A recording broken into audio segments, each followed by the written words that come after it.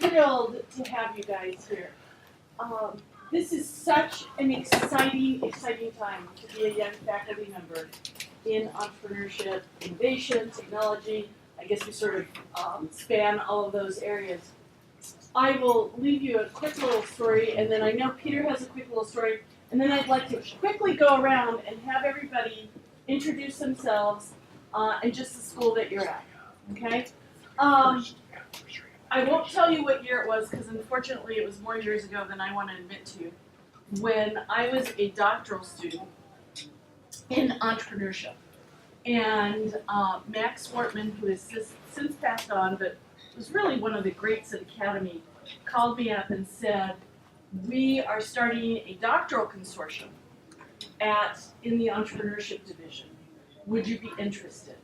And I was like, yeah, of course. So I go to this doctoral consortium, and there's exactly 4 of us. And that was the first doctoral consortium in entrepreneurship at Academy of Management.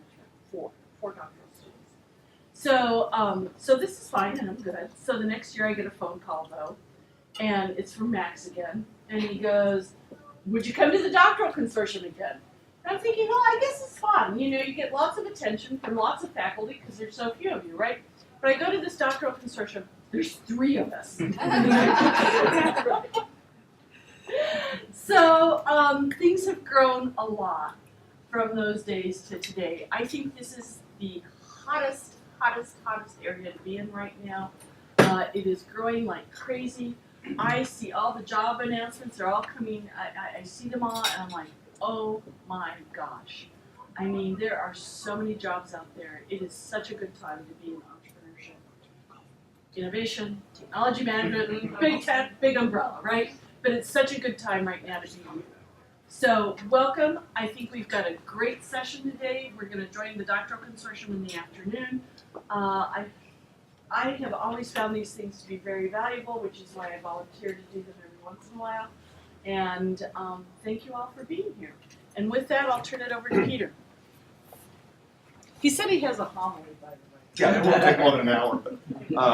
So I just want to add my welcome to Sharon's, and also to say that it's great to see you all here at this early career consortium, because it indicates that you're thinking carefully and strategically about your career, which surprisingly is something that not all academics do. And I know when I was a doctoral student, I thought that I was training to be a scientist, and I'm doing science with a capital S, and so all that matters is that I do good work, I discover truth, and career success will just follow from that directly. It didn't occur to me that an academic career, like any other career, was something that you could manage, that you could think about carefully, that you could plan. I thought that was sort of distasteful for a scientist. But I didn't want to promote my work. That seemed tacky. I didn't think a lot about how to get where I wanted to go professionally. And one of the great things about sessions like this is that it helps us all develop that mindset, right? The idea that you can set professional goals just the way you can set goals in any other area of life. You can think through the steps that you need to get to those goals, and you can take some action to make sure that things happen the way you want. Having said that, as with anything else in life, right, there's balance, there's a role for balance and moderation. We're all in entrepreneurship, right? So you want to be strategic, but not too strategic. You also want to be an entrepreneur about your career, right? You want to look for opportunities that arise. You want to create your own opportunities, Sharon. Thank you. You want to exercise judgment in the face of uncertainty about the things that you find. But I think if you talk to most people who have been around for a while, they will say that their careers took many turns and twists that were not anticipated because of a project that sort of fell into their lap.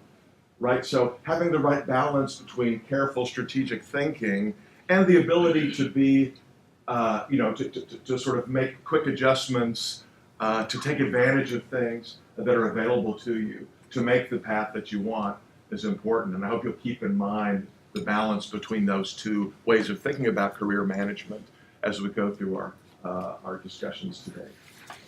If you take a look at your schedules, as soon as Nikolai comes in, we'll turn it over to him on tackling and revising resubmit. And I think we have an exciting lineup of not just topics, but faculty. And, you know, that's one of the things I guess I'll take a minute to talk about. You know, I think there's lots of roads to success in this profession. And, you know, sometimes I think about my own personal success. I never anticipated what I would be doing today or where I am today, right?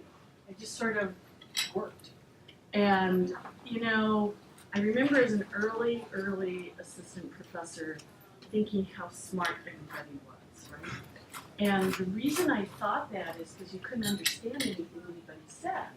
And I thought, well, you know, if we got to this level and I can't understand any of them, they must be smarter than I am, right?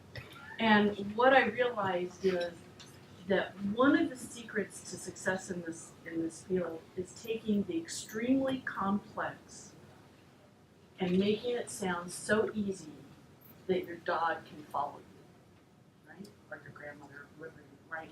But you have, you know, making things easy, because if you still make them sound complex, you yourself do not understand what you're saying. Right? So taking the very complex and making it super easy for everybody to understand what you're saying. That's your students, that's other faculty, that's the MBA students, the undergrad students, right? Making it so people can understand it. And I think for me, that has been one of the most important things that I have figured out, is how to take things that I think are extremely complex and make it so people can understand it. Because everybody's smart. So if you think, oh, I'm really smart and that's going to get me through, sorry, isn't going to work. Everybody's smart at this level. You think, I work hard. Again, everybody works hard. So you have to figure out, you have to work hard, you have to be smart, you have to work hard, and then you have to figure out what your secret sauce is, right? And everybody's going to have a different secret sauce, but you have to figure out what your secret sauce is. And do that, and I guarantee you, more years from now than you care to recount, you'll be standing here just like I am, and you'll be saying, you know, things turned out okay.